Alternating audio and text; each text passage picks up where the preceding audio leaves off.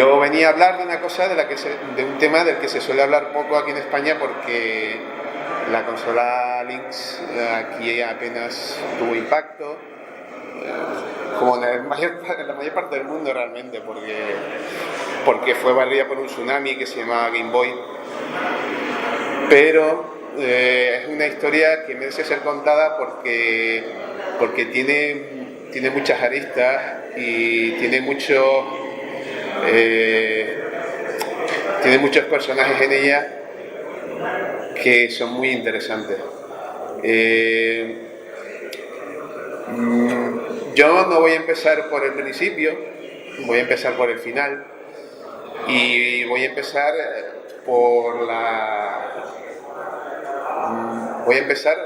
por un día de noviembre en el que, en manos de un periodista de videojuegos de Nueva York, cae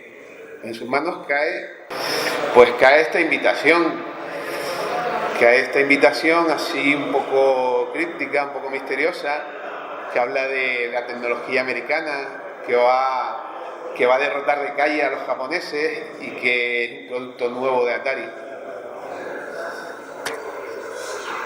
y que se va a presentar a la prensa esa misma semana que va a llegar a las tiendas.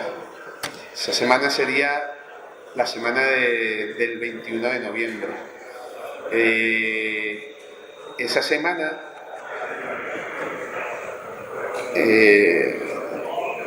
ese día 21 estaban toda la prensa de Nueva York convocada a un acto de presentación en el Hotel Marriott, en el que iba a estar presente Sam Tramiel, que en ese momento era el presidente de Atari, era el hijo del famoso Jack Tramiel, que en ese momento también era el CEO, e iban a presentar ese fantástico producto. Ese fantástico producto que estaba hecho, que era un producto americano. Y además incluían una diapositiva de lo que sería la carcasa. El periodista probablemente se acordaría de la presentación que se había hecho en el CES de ese verano, en Las Vegas, donde ya se había anunciado el artículo, la consola, la fantástica consola de Atari, pero de la que de momento se sabía lo justo, y además se había anunciado que estaría en septiembre, pero ya estábamos en noviembre, ya habían pasado 2 meses.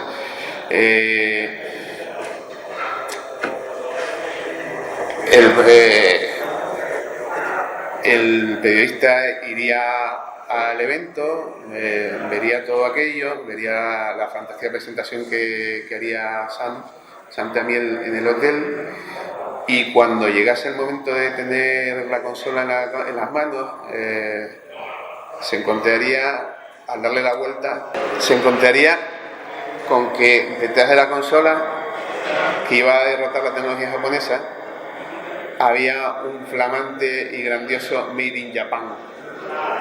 Y es que todas las primeras remesas de Lynx se estaban fabricando en Japón, donde tenía Atari su principal fábrica. De hecho, en esa época se estaban fabricando Atari ST en Japón. Y es que esta consola está llena de contradicciones. Cuando a William Gibson le preguntaron cómo se sentía años después por haber escrito Neuromante, él decía que para él Neuromante era como un dragón de papel.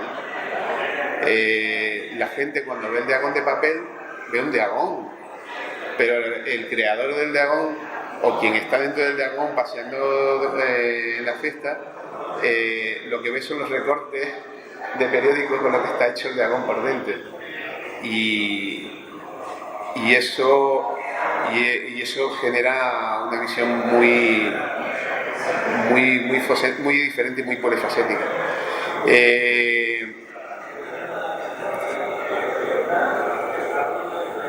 Ahora sí volvería a lo lo que sería el inicio de esta consola, que sería agosto del año 87. ¿Y qué sucede en ese mes? Pues Dave Morse, que había sido anteriormente fundador y presidente de Amiga, y hace apenas 2 meses ha sido nombrado CEO de Epix. Se reúne con 2 antiguos compañeros de sus tiempos de Amiga, que son Dave Needle y Robert Mical. Y Dave Needle y Robert Mical, pues bueno, Dave Morse, a ver si esto se abre, por favor.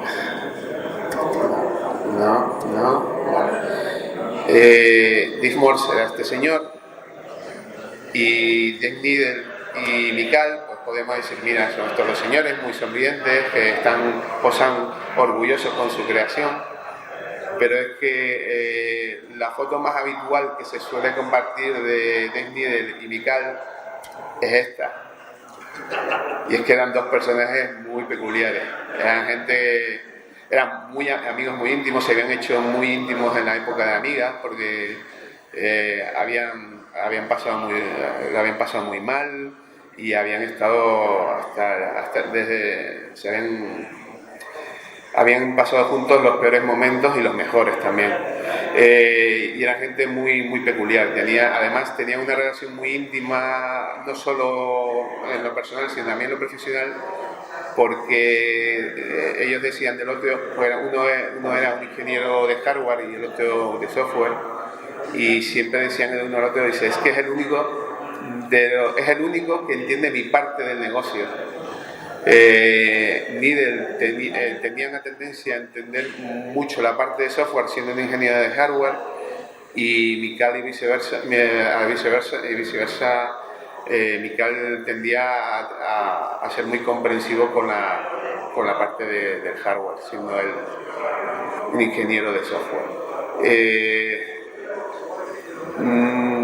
En ese momento, Needle y Mical estaban sin trabajo, habían dejado los 2 Amiga porque no estaban muy a gusto con la cultura corporativa de Commodore. Y aunque eran mejor que la desaparición de Amiga, o lo que ellos hubieran considerado todavía peor, que es que Amiga lo hubiese comprado Atari, porque no confiaban mucho en las costumbres de Jack Tramiel, pues ellos no estaban contentos con la forma en que la vida se había transformado para el equipo de Amiga después de la compra de Commodore. Abandonan Amiga, y Mical, de hecho, en ese momento está haciendo trabajo de consultoría para Cinemaware, está trabajando, ultimando Defenders of the Crown, está haciendo consultoría de software y les está ayudando a sacar adelante el juego, que sería el juego que definiría el estándar estético de Amiga. Y o sea, eran la gente que estaba muy, muy, muy metida en el mundo Amiga, incluso después de haber salido de la compañía. Dave Morse tiene una idea. ¿Y cuál es el germen de esa idea? Un día su hijo le dice, papá, ¿por qué no haces algo con el Amiga pero que sea portable? Yo a mi padre le pedí por Navidad una Amiga y me cayó un Sónico XT con tarjeta CGA y monitor monocromo. El mundo está muy mal repartido. Yo solo lo dejo ahí. Pero bueno, como ser el hijo de Dave Morse tiene esas ventajas, pues Dave Morse pensó, oye, pues este puede ser el futuro de Epix, dejar de ser una empresa de software, porque en algún momento se secará el pozo de Commodore 64, que es nuestro gran influjo de dinero ahora,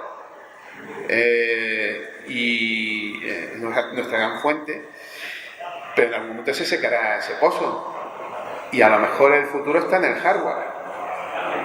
Bueno, no era el único que pensaba así. Y claro, fiel a su filosofía, pues buscó dos ingenieros que pensaran como él, y en esa comida empezaron a trazar en las servilletas del restaurante, en servilletas de tela, lo que serían las bases del proyecto Handy, que más adelante acabaría siendo la Lynx. Y de hecho, en esto hay una anécdota que claro, como tenían eso tan importante allí trazado, pues robaron las servilletas, se las llevaron vilmente, pero esto lo volvieron a repetir años más tarde cuando trazaron las bases del proyecto de 3DO. Y Miquel comenta que él tiene las servilletas de Lynx y Nidel tenía las de 3DO, que las conservaban todavía, quien las pillara. Lo que puede llegar a haber un trozo de tela. El caso es, inmediatamente, Morse está convencido de que ese es el camino a seguir y les contrata. Entran a formar parte de la plantilla de Epix y empieza a montarse un grupo de trabajo ultra secreto. Hay una ala entera de... Estamos hablando de una empresa de 200 empleados, que no es una empresa pequeña, pero es una empresa de software. Tienen unas instalaciones de un tamaño considerable y cierran una ala completa, la cierran y la aíslan del resto de la empresa para empezar ese desarrollo ultra secreto del que Dave Morse ni siquiera le habla a la prensa durante ese tiempo. Solo hace pequeñas afirmaciones veladas de que en algún momento tendrán que cambiar de rumbo, pero nunca hablan con la prensa de que están trabajando en un proyecto concreto para una máquina de videojuegos. El desarrollo pues tiene mucha influencia de Amiga, ya no solo porque tenga ingenieros de Amiga, sino porque era gente irreductible que estaba muy atada a lo que ellos consideraban que debe ser una máquina de juegos. Y de hecho es que en un momento dado empiezan a probar con una pantalla en blanco y negro, pero Miquel y Nidel dicen que hay que pasar una pantalla de color y además una pantalla con la misma paleta de la Amiga. Y hay un momento en el que el propio Nidel llega a decir el mundo quiere videojuegos con unos gráficos maravillosos y eso es lo que le vamos a dar. O sea, fiel a su filosofía hasta el final.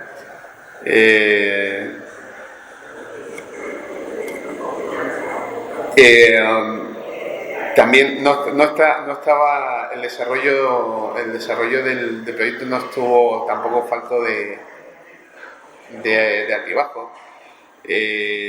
Todo el mundo habla del descomunal tamaño de la Lynx, cómo puede ser una consola ser tan grande, y claro, el propio Miquel dice, no, si la podíamos haber hecho más pequeña, pero es que los grupos de prueba de consumidores con los que hacíamos los tests de los prototipos decían que la querían más grande, porque asociaban el tamaño de una consola a mayor capacidad. Claro, supongo que en el mundo anterior a Game Boy cierta sofisticación de conceptos por parte del consumidor a lo mejor era esperar demasiado. El consumidor que estaba acostumbrado a cosas, a que lo más complejo fuese, bueno, lo más habitual fuese la Game & Watch, pero que las cosas más complejas tuviesen 2 o 3 colores, a lo mejor imitasen las mini carcasas de las recreativas, no pensaran en un mundo ultra portable donde pudieras ir a jugar a cualquier parte y lo realmente importante fuera la autonomía, que tus pilas duraran todo lo que pudieran, que fuera que lo pudieras llevar fácilmente en una chaqueta o en bolsa.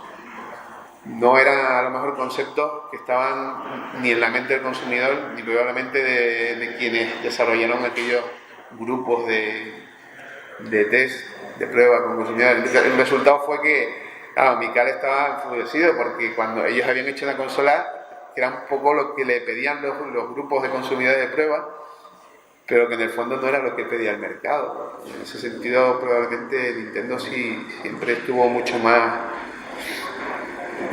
por delante del mercado. En ese sentido, no adelantarse dándole más al mercado de lo que el mercado pedía, sino sabiendo, intuyendo mejor qué era lo que el mercado iba a aceptar mejor. Bueno, a todo lo pasa, es muy fácil verlo también. Pero bueno, esta es la maldición del que se adelanta, ¿no? Casi siempre, la mayor parte de las veces cuando hablamos de quien se adelantó a su tiempo, pues, la mayor parte de las veces lo hablamos del que se estrelló, ¿no? Muy pocas veces lo decimos de quien ha triunfado con ese producto, ¿no? Lo decimos de quien ha fracasado. Pues entonces un poco la maldición de adelantarse al mercado, que era una maldición que persiguió toda su vida a este trío, a Dave Morse, a Dave Needle y a Robert Mical.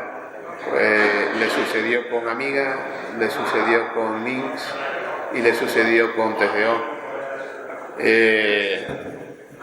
A veces el mercado y las mentes brillantes no terminan de encajar. Pero bueno, eso ya es para otra charla. El caso es que el proyecto se alarga bastante. Se alarga hasta el punto de que les pilla el fin del mercado de Commodore, a pesar de que ellos ya le habían visto las orejas al lobo, ¿no? Y Epic se ve en un punto en el que tiene la consola casi terminada de desarrollar, pero no tiene los recursos para llevarla al mercado, no tiene recursos para fabricarla en masa y mucho menos para distribuirla y promocionarla. Entonces se ven obligados a empezar a buscar desesperadamente un socio, y la búsqueda empieza en enero del 89 con el set de invierno en Las Vegas. Donde hacen una demostración a puerta cerrada, con acuerdos de confidencialidad, con un prototipo que no es ni prototipo, porque era una carcasa vacía y todo el hardware estaba conectado por un cable larguísimo a la habitación contigua. En esa habitación además no solo estaba el hardware, sino que estaban Dave Mical y Dave Needle controlando todo lo que sucedía, y básicamente la demostración consistía en que el hardware que tenían en la sala, que no era un hardware ficticio, suponía que replicaba lo que ellos estaban fabricando, lo que ellos estaban diseñando. La demo consistía en que en la sala con el representante comercial de Epic y los invitados a los que les estaban mostrando la consola, estaba la consola y estaba el representante con un botón que al pulsar mandaba una señal a Mical y Needle para que cambiaran a otra parte de la demo. Y bueno, pues eso sucedía pues de forma regular con cada visitante, hasta que en un momento Dave Needle y Mical de repente empezaron a recibir la señal repetida sin parar, y empezaron a cambiar, pero no paraba aquello, y entonces empezaron a mosquearse, aquí pasa algo raro, y entonces se asomaron a la puerta para ver lo que pasaba en la habitación contigua, y había un grupo de invitados que estaban conversando con el comercial de Epic, mientras alguien del grupo se había quedado mirando la consola y había cogido y había descubierto el botón secreto para cambiar la demo y se había puesto a pulsar a ver qué pasaba. Y claro, lo que pasaba es que se abría la puerta contigua y aparecían dos ingenieros. Eso es lo que pasaba cuando pulsabas el botón. Pues el caso es que la demo no termina de cuajar, no encuentran partners. Lo siguiente que hacen es visitar a Sega, les muestran todo lo que tienen, y Sega no perdió detalle hasta el punto de que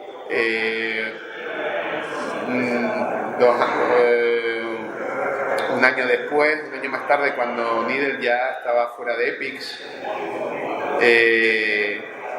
Sega le contactó para que fuera a Japón, hiciera trabajo de consultoría para ellos, porque estaban terminando de desarrollar la Game Gear. Y bueno, Needle fue allí a echar un vistazo a ver qué era lo qué tripas se les había roto. Y lo que él vio, dice no, básicamente los problemas que tenían derivaban principalmente de que no tenían muy claro qué era lo que estaban copiando. Eso, palabra de Needle, ya cada uno lo puede interpretar a su manera. Mi opinión, pues que probablemente pillarían mucho del concepto de Lynx, pero adaptándolo al hardware de la Master System, porque al fin y al cabo era lo que era Game Gear, era una Master System portable con muchas funcionalidades extras, y me imagino que la opinión de Needle era, bueno, han cogido esta idea y la han adaptado a su hardware. Y bueno, Needle era de no tener pelos en la lengua, ¿no? Más adelante pues también se despacharía mucho con Tramiel y con Atari, aunque además de Needle mucha más gente, digamos, que no habla muy bien de lo que sucedió entre Atari y Epyx. El caso es que antes de que llegue Atari hay un último intento de conseguir un partner, que es Nintendo, y es un viaje, probablemente estamos hablando de, no hay fechas concretas, pero probablemente estemos hablando de febrero, marzo del 89, y el viaje es, al viaje a Tokio van, no, a Tokio no sé, pero van a Japón, Needle, Morse y un miembro de la junta directiva de Epyx, que es el que va a dirigir la presentación, el pitch a Nintendo. Esta persona, Horowitz, creo recordar que se apellidaba, se confía, no prepara la presentación, no se informa mucho de cómo se suelen hacer las presentaciones en Japón, y decide que va a ser lo que llaman los americanos un hard sell. Va a ir allí a todo trapo a montar un show, va a montar un pollo y va a hablar muy alto a una junta de japoneses muy serios y muy caraspados, que a los que no les gustó. De hecho no les gustó ni a Needle ni a Morse, porque se sintieron un poco acongojados en presencia viéndolo el pollo que montó este hombre, pues entró como un elefante por una cacharrería. No duró mucho la presentación, los japoneses, Nintendo dijo que no le interesaba, cortó, pero tuvieron un detalle. Les pidieron que se quedaran y le sacaron 2 cajas para que las vieran, y cuando abrieron las 2 cajas contenían 2 prototipos muy avanzados, muy cerca de la finalización, prácticamente para salir a la venta, de Game Boy. Se les vino el mundo encima. A Nidel y Morse y el propio Horowitz.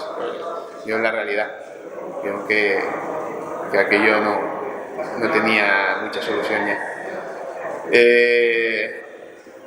No se sabe muy bien, pero se intuye que Nidel probablemente sea el primer ingeniero occidental que viera una Game Boy. Puede ser el primero, y eso ya es un hito bastante interesante.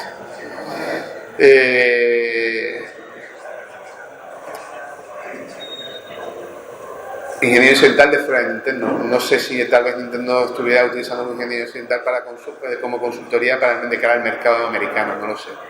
Pero persona de fuera ajena a Nintendo en Occidente, probablemente Nidel fue el primer ingeniero que llegó a ver una Game Boy antes de que saliera al mercado. Pues solo queda una alternativa, y la alternativa es Atari. Horowitz prepara unas reuniones con Atari. En cuanto Micali y Nidel se enteran de que hay negociaciones muy serias con Atari,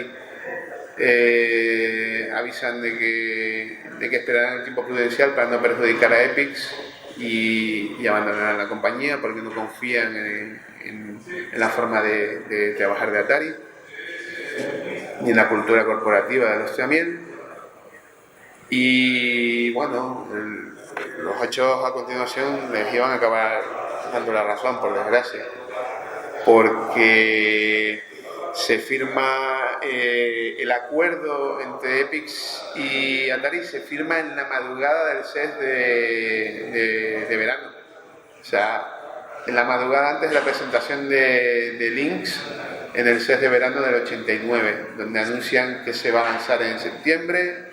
Se hace una pequeña demostración con unidades de prototipo, ya bastante más cercanas a la Lynx final, ya sin ingenieros en la sala de al lado, sin botones mágicos, y con Santamiel hinchido de orgullo porque, vamos, o sea, es la oportunidad de Atari de volver a la escena, porque vienen de comerse una torta muy gorda con la 7800 y quieren entrar en el mercado de las consolas sí o sí.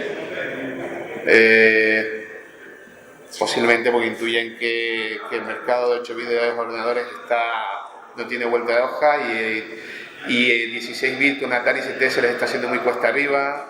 América no termina de despegar, solo parece que está funcionando en Europa y en según qué países. Entonces, Atari 16 bits es una historia con muchos altibajos.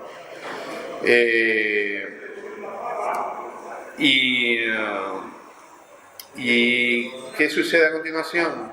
Se firma el acuerdo, y el acuerdo consiste en que la propiedad intelectual de la consola sigue perteneciendo a Epyx. Epyx va a hacer desarrollo para la consola y también va a ser de apoyo de terceros para la consola, para hacer parties, si consiguen convencer a hacer parties a desarrolladores externos que desarrollen para la consola. Y Atari se encargará de fondear su marca, a la distribución y a la explotación comercial. Ese es el acuerdo sobre el papel. ¿Qué sucede en la realidad? Que los 6-7 proyectos que tenía de videojuegos Epyx para la consola, Epyx hace una carrera una carrera contrarreloj para terminarlos en la fecha estipulada de septiembre. Estamos hablando de junio a septiembre. Y Atari empieza a tomar una estratagema cada vez que Epyx entrega uno de esos juegos terminados. Se supone que, según el contrato, Atari tiene un tiempo estipulado para revisarlo y hacer un reporte de fallos, bugs y correcciones que haya que hacer, y Epyx tiene luego un tiempo extra para terminar el proyecto.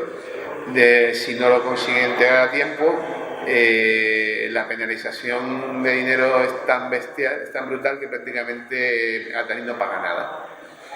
¿Qué hace Atari?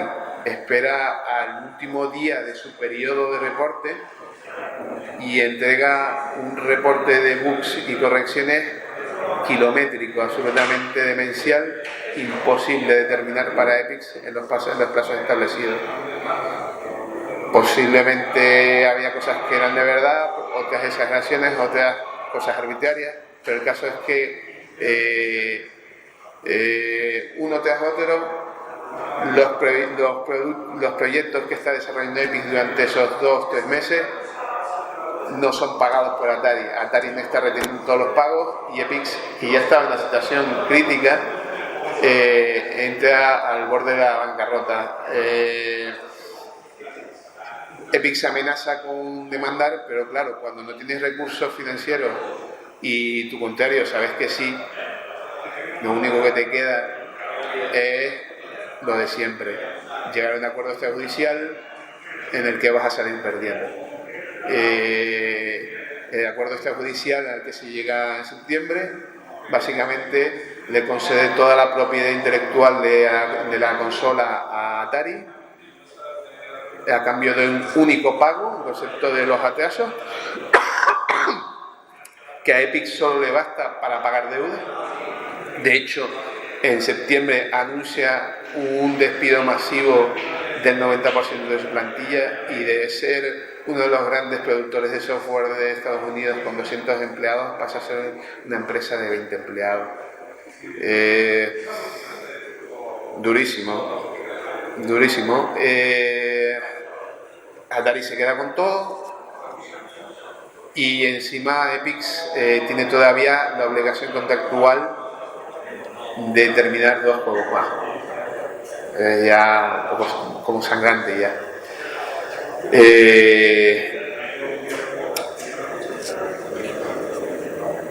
Y eso, Epix aguantará en esa situación un tiempo, hasta el 90, 91.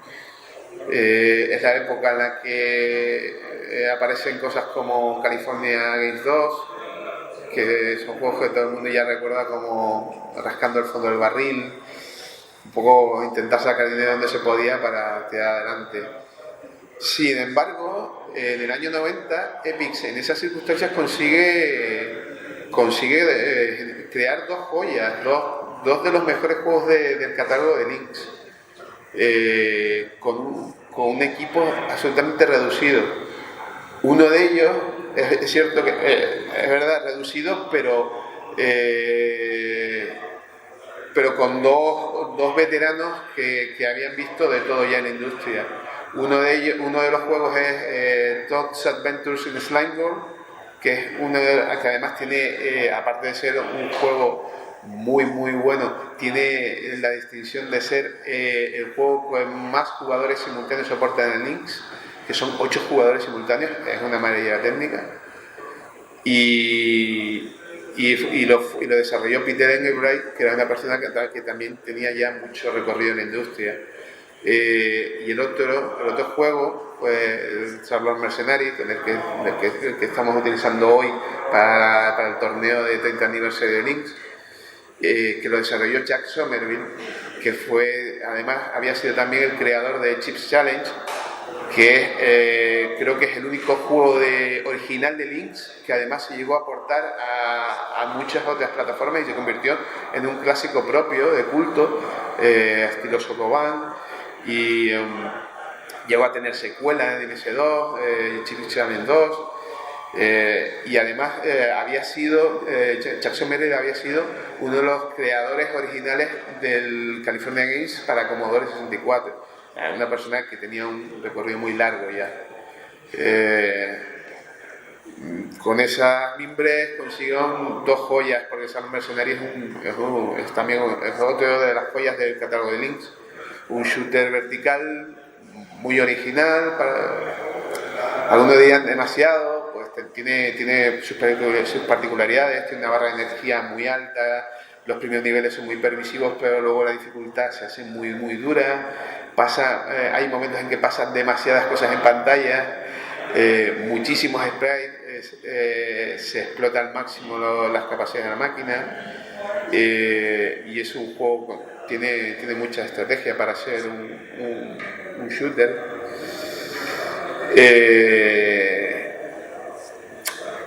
Pero volviendo a la consola llega a septiembre y la consola no aparece.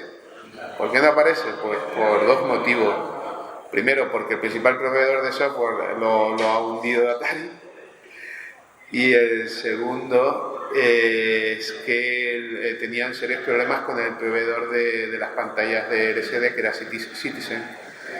Y el problema era básicamente que los también estaban intentando negociar muy duro con él para que consiguiera, con Citizen, para que bajaran los precios, y no lo conseguían.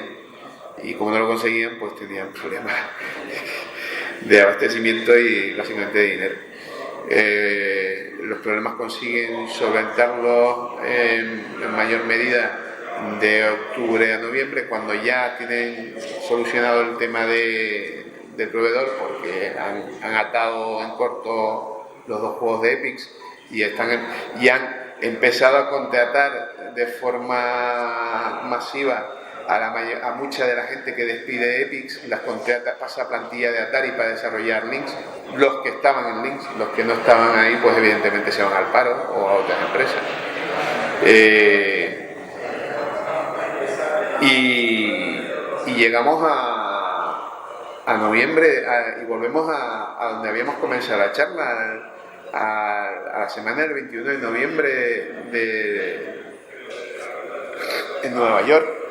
¿Y qué pasa en Nueva York? Pues que Atari ha decidido que, como no tiene muchos suministros, va a ser un lanzamiento limitado durante esa semana, y lo que quede de Navidades solo en Nueva York, para intentar generar ruido en los medios y, al menos concentrando las unidades en una zona, pues crear mejor imagen de venta.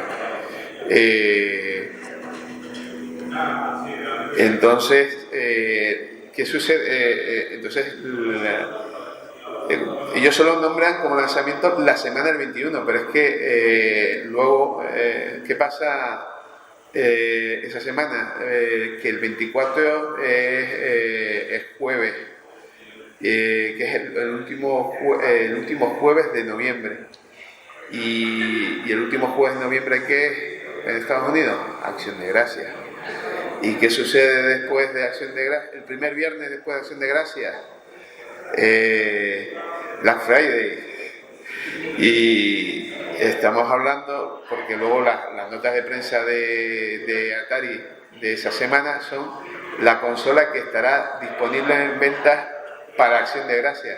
Estamos hablando posiblemente de la primera consola de videojuegos que se lanzó en Black Friday. Una cosa que no deja de ser bastante peculiar, porque desde luego no se lanzó al precio de Black Friday, aunque luego la torta sí fuera de Black Friday. Una consola que tuvo muchas luces y sombras, y con muchos actores de los que hay mucho que contar. Yo espero que con esto haber contado una historia interesante, lo mejor que he podido, lo mejor que he sabido. Y bueno, si alguien tiene preguntas, pues yo creo que ya podemos hacer el turno de preguntas, porque yo ya creo que hasta aquí más o menos lo que tenía pensado contar. Si alguien quiere hacer alguna pregunta, pues... Sí, dime. El diseño inicial, sí. Ese diseño inicial de reversible formaba parte ya del diseño inicial. Hay fotos de Mical con un prototipo en el que ya tenía parte de la idea de reversible. Lo que pasa es que era un poco menos ancho. La pantalla estaba más hacia un lado. Pero sí, el concepto estaba desde el principio. Esa parte del concepto sí estaba. Ahí se hicieron un cambio. Nidel comenta que el ingeniero de hardware de Atari hizo cambios sobre su diseño original, y que algunos de esos cambios aumentaron el consumo de la pantalla, haciendo que la vida de las pilas fuera menor que lo que ellos tenían proyectado. El proyecto de Handy a lo mejor habría resultado con un poquito más de autonomía.